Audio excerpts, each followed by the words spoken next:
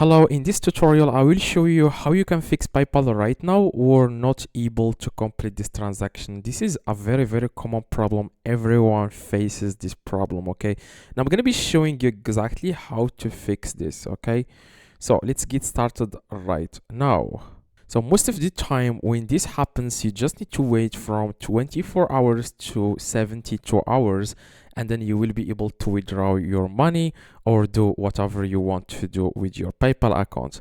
This is usually an error on PayPal's end, like they try to protect as many accounts, because there are a lot of like hackers that hack these PayPal accounts and try to withdraw the money immediately. Now also, if you opened your PayPal account on a laptop and then all of this and you opened it on another laptop, this will happen to you, okay? So try to open your PayPal account inside the same device you use all the time. Or you can, for example, if you opened your PayPal account on iPhone or Android, you can just remove it and then install it again, okay? Just remove the app and then install it again. This may fix the problem, okay? Also, if there is any limitation on your PayPal, as you can see, this PayPal account, I use it as an example for today's tutorial. As you can see, if you click here on the notifications icon, it says here your account access is temporarily limited. Now, if you have this message, that means you will need to provide information to PayPal in order for them to allow you to withdraw, transfer money, like buy anything with your PayPal.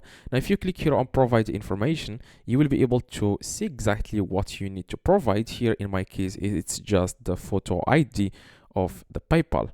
Now, as you can see, account impact pay using PayPal, I will not be able to do that, but I will only be able to refund money to customers with a limited account.